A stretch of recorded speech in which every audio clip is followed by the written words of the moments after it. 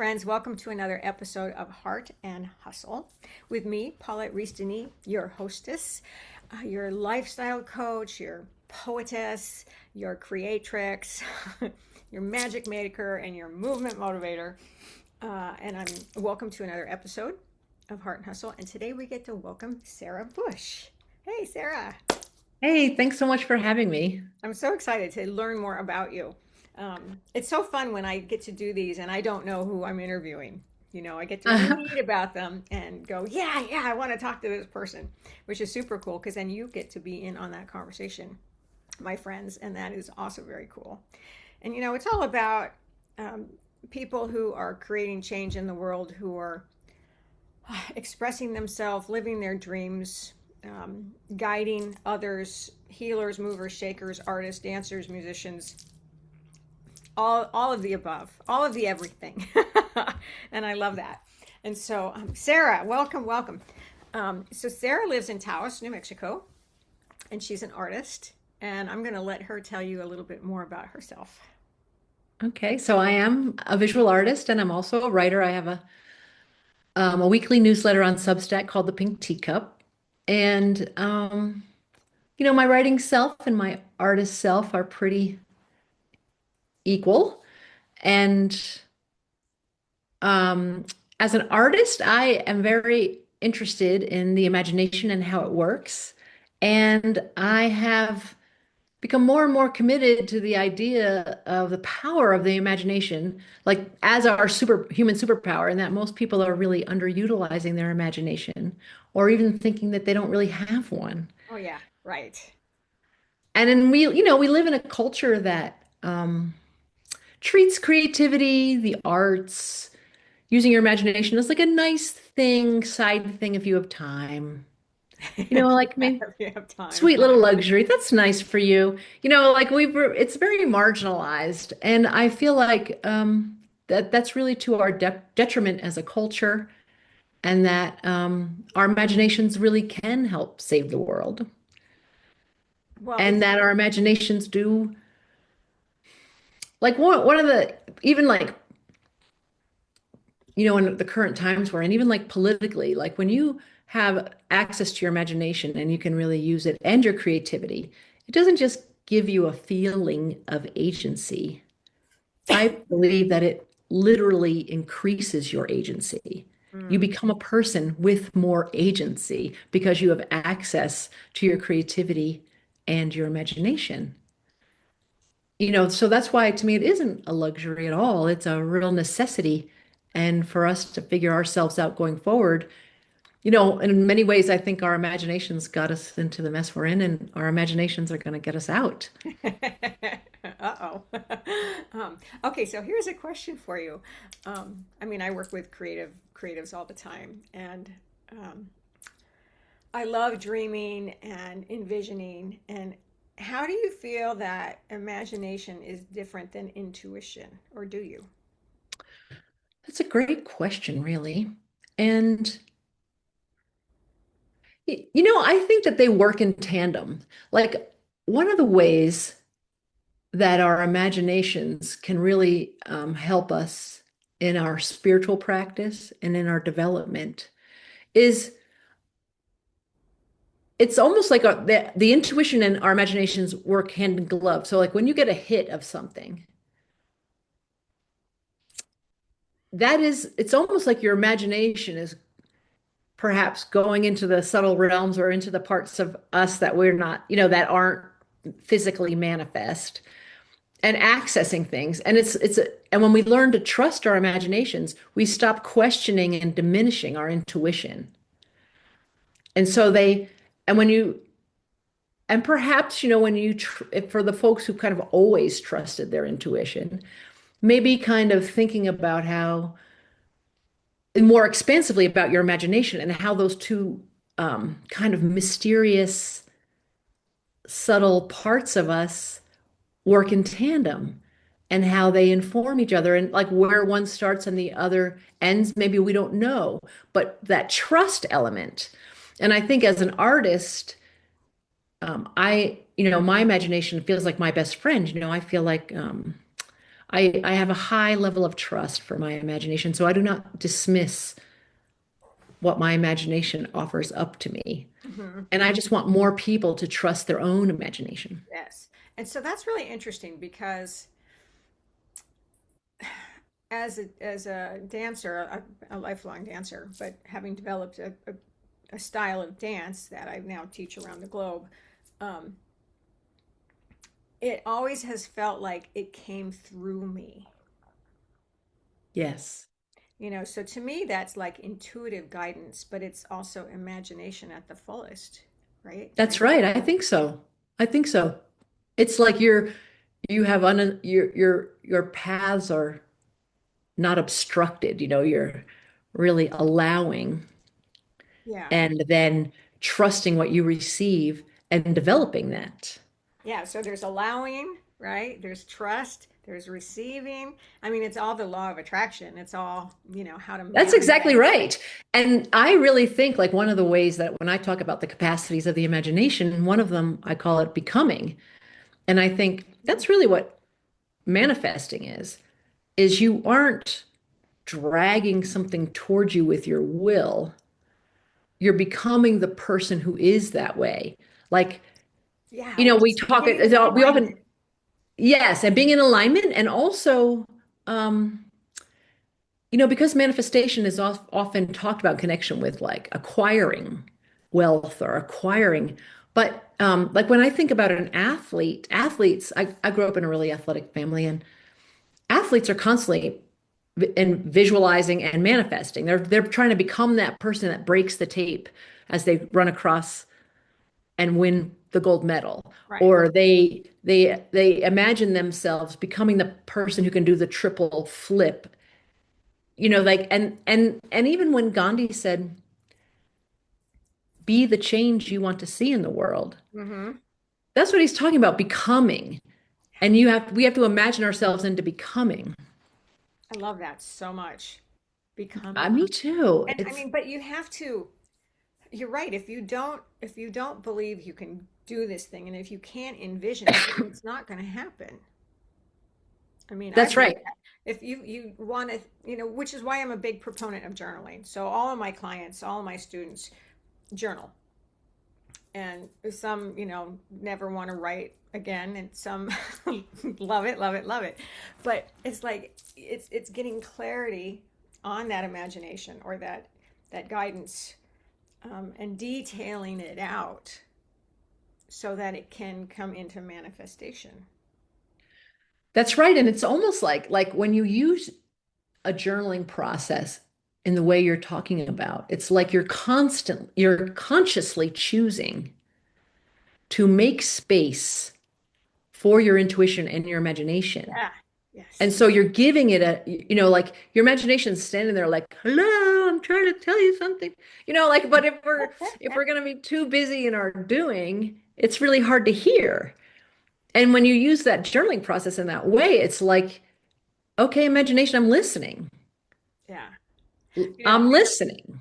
Can I share a short story with you about Oh, that? please. So this just happened last weekend. I was teaching a 3-day dance festival in Florida, and I was teaching a master class on Monday, and it was smaller than the workshops. It was just a master class, and I was showing these things, this whatever it was I was doing, and I was just like, oh, wait, wait, wait, wait, hold on, everybody quiet. It's coming. Wait, it's coming. I'm like, it's coming through me. Stop. Don't talk to me. Let it come. And then I'm going to show it to you, And it was just like that. It was like, oh, wait, yeah, download. Yeah, and that's like a lifetime's commitment to trust there, like where someone else would think, well, or they would feel embarrassed to be able to ask people to stop, or you know what I mean? Yeah. Yeah. Like because we don't like our culturally we don't allow a lot of the mystery and magic. Right. And we don't allow ourselves to stop. That's right. All that kind of do productivity. I mean, it's its own kind of fascism, I think. I used I used to call it in grad school and art school, I used to call it the fascism of evidence. Like like the only thing that counts is something, like when you're in your creative process, you have to actually like the only thing that counts, quote unquote, counts is when you can show something, evidence, like proof of this is the work I did. Yeah. There's so much work in the creative process that's invisible. And And so we feel uncomfortable because we can't, it's like, what are you doing with yourself? it's invisible, but it's also, if you think about it, it's like a lifetime, Yeah. you know? Like I always love this little quote, someone says, "Oh, how much is that painting?" And it's like blah blah blah, and it's like, "Well, how long did it take you to create it?" And they're like, "All my life." Yes. Right. Like all the years of skill Yeah, that and helped you make that, like skill experience. building and mastery. And Yeah. And people forget that. And that to me is really sad. And I see that a lot in the creative world, yes, you know. It's like, "Oh, well, how much is that? Oh, I can make that." that's right. Or And that's little also little things because like that. the arts are pretty marginalized. And we live in a sports and money obsessed culture. God, see, this is so not fair. And so there's also like this weird lack of familiarity. Like I also I'm very frustrated by that language. Like, how long did that take? And I'm thinking, I don't care how long it took if I think it's good. It could have taken 30 seconds if I think it's good. Oh, right. And and vice versa. Like if it took a million years and I don't care for it, it doesn't matter that it like that's not the criteria to judge whether the work of art has merit, is how Mhm. long it took to make. And if something, touches your heart or your soul or changes your mind or touches your aesthetic emotion, refreshes you, then it's done its work. Mhm. Mhm. But some of it is also hard because I think when the art world has said, almost anything is art, that's why you get that kind of angry, oh, I could do that, or my kid could do that. Because, if like there is, I think, an element in the art world too about the emperor has no clothes. Like I've been in a museum with friends who say to me, I don't really get that. And I'll say, that's because there's nothing to get. It's not you. There's not always, like we can act like everything has this Right. Yeah. importance that it doesn't have. You're But it's either also like when, oh, go ahead. I was just I going to was say when gonna say art's you're your either, family. not everything is for everybody, you know, and something That's that right. you are madly in love with, I may not like at all. That's So right. what? Right? We all have our own opinions, our own tastes, our own likes and dislikes. And that's the also beautiful thing about art, how it That's right. touches you. Even if it touches you and you don't like it, it has I touched know. That's exactly right. I'm happy to go. Like I love to go and look at work, even if I decided I didn't like it at the end. I like thinking about art. I like wondering why I don't like something if I don't, and then I find it super exciting when I do love something. you. Yeah. Hey, where But did the you go whole to art school? in Memphis, Tennessee, actually, Oh, okay. I studied fiber, and there's not a lot of Oh, grad programs in fiber back then. So, um, but it was a great experience for me, really. cool. I went to the San Yeah. Francisco Art Institute. Oh, nice. Yeah. Yeah, yeah. Long time ago. In fact, I don't even think it's there anymore. I think the Memphis one is not either. I Oh, think see, that look at that. How sad is that? I Where's all know. our art programs going? I Oh, that's a know. whole nother topic of conversation.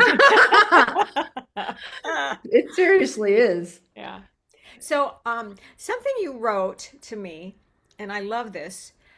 You wrote your framework centers on four capacities: creation, connection, becoming, and sovereignty. So, talk to me about that.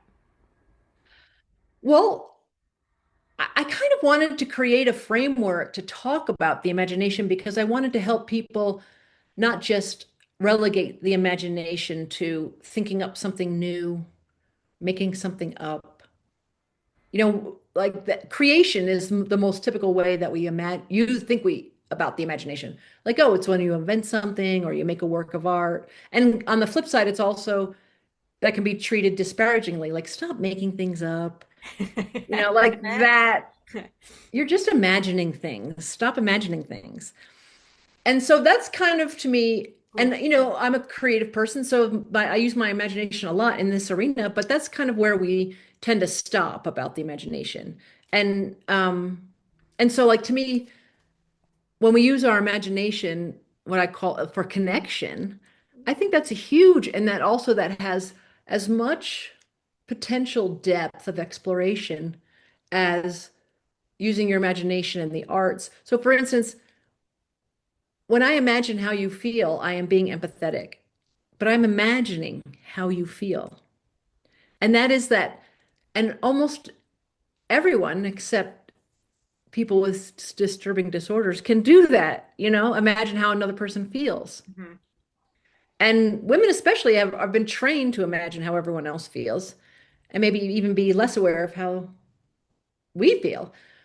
But that skill to me can really go deep and be a healing skill of the imagination. So when you imagine, like if I'm imagining how you feel, but I can imagine the birth of a tree or the ancestry of a tree in my yard, what tree what came before that and what tree came before that. And when I'm doing that, I'm imagining into nature more. Mhm. When I'm imagining that there might be somebody else has a different point of view, like imagining where I might meet someone in the middle, imagining like using our imaginations to connect. And I say this partly because I think one thing we need to do as humans is deepen our connection to the natural world. Like we talk about nature as if it's over there, but we're nature, Mhm. we're nature. And then imagining into that, like I'm a mammal, and who am I imagining back into my ancestry? So, for people who don't feel particularly creative, they can certainly imagine as and go deeper with that Mhm. process to, and really great art is also doing that, like where you're trying to tap into something universal or, you're connecting yourself to the larger whole. You're connecting yourself to the web of life that's around you. Ooh, yeah. And I think that's really important. And then the imagining as becoming, we kind of talked about like where that is, we can use that in a myriad of ways. So become, you can manifest the life you want by becoming that person. Mhm. You aren't imagining whatever that prize is. You're imagining being the person who does that or is that. And then you can also become like peace, when, like that Gandhi, if you want to be the change you want to be in the world, well, using your imagination to become, say, peace, that'll keep you busy for the rest of your life. That's so hard. Yeah. It's easy to say and hard to do. Yeah, right. Yeah. I think sometimes we just, not me, so I'm saying general in Yeah, what I see is that people get so comfortable they forget to expand and connect in a new way as they get older. Like they that, still live in that comfort zone. I talk a lot about that. It's like, how do we move forward? It might be uncomfortable, but it could also be exciting. that's right. I Get off. know. I would feel like anxiety and excitement, they're just flip sides of the same Yeah, coin, right. Yeah, very closely yeah, similar. Because the anxiety is maybe the unknown or the ambiguity, and humans we don't like ambiguity, but that's where so much possibility is in that ambiguity, and that's exciting when you learn to not fear it. right. And Or like you can fear it, but you can still step into the fear. that's right, that's right. I mean, if you And don't if and you I don't think when feel you say to your fear, when you yeah, say to yourself, I'm uncomfortable because this is ambiguous. So that, that can be helpful because you're at least naming what's going on instead of just feeling uncomfortable and thinking, I don't want to feel like that anymore. hmm, The other way it's interesting about the imagination that, like we're really good at imagining worst case scenarios, most people. And worry is a form of imagination. And like when people say, "Oh, we're screwed now," like something political happens, we're screwed. This is going to happen. All these things are definitely going to happen. And I think you don't know that. And you're helping it by being so positive that's true. And that, It's like you're starting to manifest it. yes, you're helping that, whoever is wanting that, you're helping them. Yeah. Why would you help? You don't know. And I love that the future is ambiguous and anything's possible. And we don't know how anything works out. Like that, to me, gives me so much room to play and participate in my own future.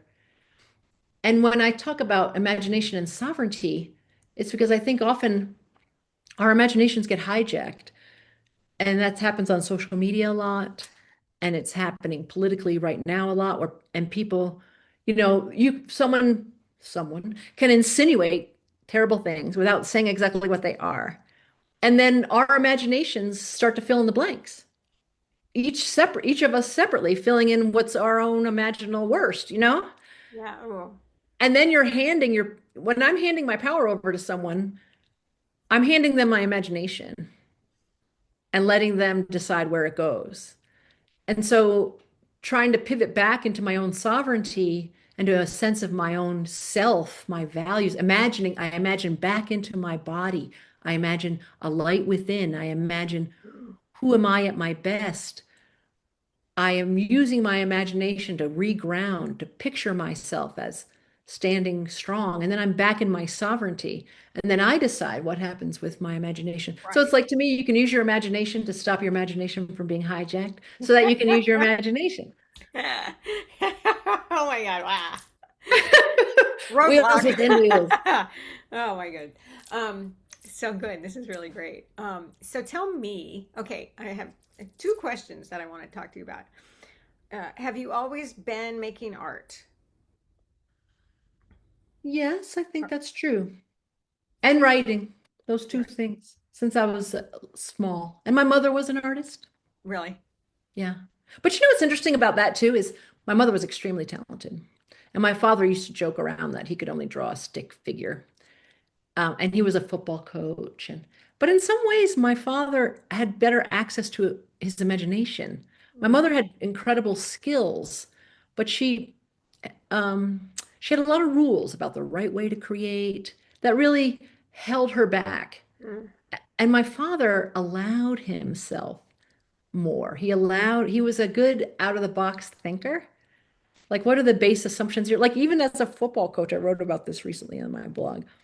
Like, the other local football coach, they hated playing him because he was going to do something weird that no one else did. Because he would think, why do I have to do it this way? That's not a rule. That's just what I'm gonna kick the ball now because I have terrible field position. I don't want, and no, and they'd be like, oh my God, who does that? mm. Someone So it's has like to anyone step can have forward. access to their imagination, you Yeah. know? Yeah. It's like flying your freak flag. Yeah, Yes, no matter who you are and what you do. Right. Yeah. Well, I think that's one thing that always helped me with my career is that I thought about it. I thought about dance and performing and teaching in a rock and roll way because I was always a musician. I did things that were never done before. I Yes. mean, I not that I invented that, but it was just thinking. I think I would think differently. I wouldn't think the way that most people would think. Oh, well, you have to do it this way, and you have to talk to that person. And it's like, who said? you know, little Yeah. rebel here, sacred rebel. That's what I call myself, sacred I rebel. love that sacred rebel. Is that good? Yes. And the sacredness, I think also like when we make our imagination sacred like that, like your allegiance is to that. Yeah, Your allegiance is to your imagination and to your intuition. Your allegiance isn't to the norms or what's expected. yeah, And so yeah. Right. that gives that like you're like honoring it. And then to me, when you honor something like that, you're acknowledging its sacredness. And that's amazing, Which like we all need to step back into that place. that place of honor And even ourselves. like, I think even the sacred, like kind of taking, I feel like as a culture, when so many of us walked away from traditional religions and things like that, we walked away from the whole thing. And then, but we need that. We need to know what's sacred. We need to know what matters to us. And Right. we need to be able to say things are sacred without saying that we're, I don't know, trying to, shove everyone into, I think a lot of people left religion for the rules and things like that. Yeah, of course. But, like so we have to carve out a new way of addressing the sacred Yeah. and treating our lives like they're sacred and treating ourselves like we're sacred and our imaginations like that's why, like when you were saying people sort of, how do you keep going? Like as you get older, and I think that's a big thing to me too. Like part of what I write about too is about being all in on your life. Like this is my life. Yeah. Yeah. Yeah. Yeah. Here Yeah. I am on And planet Earth. Like how the hell did that happen? Like this is how did that crazy. happen? Like what is this life on Earth? It's amazing and it's gorgeous and Uh, I know. And something I always say to my people is you got to show up, speak up, and participate in your life. Because I think a lot of people quit participating. yes. I think that's true. And doing I and also thinking that there's something wrong if you're doing something and it's hard. Like one of my most popular posts, I thought this was so interesting for me was when I wrote, "What's wrong with hard?" Yeah. Like, Yes. why can't something be hard? You're not supposed to stop just because it's hard. It's just hard. And I do really believe that if it feels hard, you can rethink that definition of hard and you can make it easy. Or like I actually think some things are hard to learn. But it's like we bring a lot of baggage that feels hard. Like we're uncomfortable being bad at something. So that's partly why it feels hard. And that's the stuff we can let go of, like what you're saying. Like what parts are genuinely hard and what parts are we telling ourselves is Ooh, hard? that's a really good question. That's a really good question. Yeah. Because I don't think people really are aware of the difference. Just like when we were talking earlier about ambiguity, people don't like being in an ambiguous situation. And if it feels ambiguous, they think uh, this is uncomfortable. It must not be, I'm not in flow, or this isn't for me. Hmm. Yeah. Yeah. And I I think think, sometimes there's a fine line there because sometimes it may yes, not be for you, but how do you know? It's that interconnection again, that trust. I know. And also like, when you can still have that trust. Like I've definitely had like explored, you have to go down a path for a while before you find out it's not going to work. Yeah, true, And then you true. can't say to yourself that was wasted time. No, it's definitely not wasted time. Because everyone who actually does produce work has all of those experiences. They're just willing to have them. Hmm. It's the only difference. I'm willing to not know what to do next. I'm willing to look at something and think it looks like a mess, but that I'll get it, I'll figure it out. I'll get myself to the other side. Or like I'm willing to go down oh, I'll try this out and then be like, well, that didn't work. Okay, next. But you know what? Yeah, So what? So what's the worst thing that can happen? I know. That's right. That's the question to ask. What's the worst thing that can happen if I try this and it doesn't work? I know. I know. Like, and I think even that could be a part of a spiritual process because when you think about like what's the worst that can happen? That I make it and it's really bad. And I think, okay, now let's talk about that. Like why isn't it okay for me to make a mistake? Or why isn't it Yeah. Oh okay? my God, Why we do I don't have to be have to be perfect? perfect. You need to Yeah, make I a think masterpiece every time you create something. that's right. And perfection to me is a form of self-violence. There you I go. really hate perfectionism. I hate whatever residual is still in me. Like it's such about treating yourself like you're not okay. Mm. But I think like that's what's really, it's like similar to pricing your artwork. I think that's such a spiritual practice because it brings up all these issues of your own value. And then like to be able to continue forward and put a price on something and work through that whole thing is Oh, like that is such a thing. Boy, that's a hard. healing your own, like healing the stories you tell yourself about your own value. Yeah. And Yeah, that's always an issue in anything, whatever you're pricing, you know. that's right. I want to make it Oh, no one accessible. wanted Oh it. no, you should raise your prices. You should raise your prices. It's like, why? I want it to be accessible. I'm good Yeah, here, you know, or whatever, yeah, whatever. I that's mean, I right. hear that all the time as a coach, but That's right. it's That's right. true. It's true. The more you honor yourself and your work and your time, your life, I mean, it all comes into play. Just depends on where you want to be with it. And also when you do that honoring process, then you end up allowing yourself to enjoy the process as much as the final product of whatever you're doing. Like if it's like me where you do visual art, you can experience your relationship with the materials as an end in itself. Mm. You can perceive yourself as partnering with your materials. Like instead of thinking it all as if just about your own self-expression or something. Like it's all this other richness is like waiting there if we can have a little more generosity Mm. with ourselves about what our expectations are or what we can allow ourselves to do. Oh, that's beautiful. Okay, what was my next question? We got off that. I want to know what you do. Well, first of all, I want to know where people can see your artwork. Thank you. sarahbushartworks.com, SARAHBUSH, artworks, plural.com.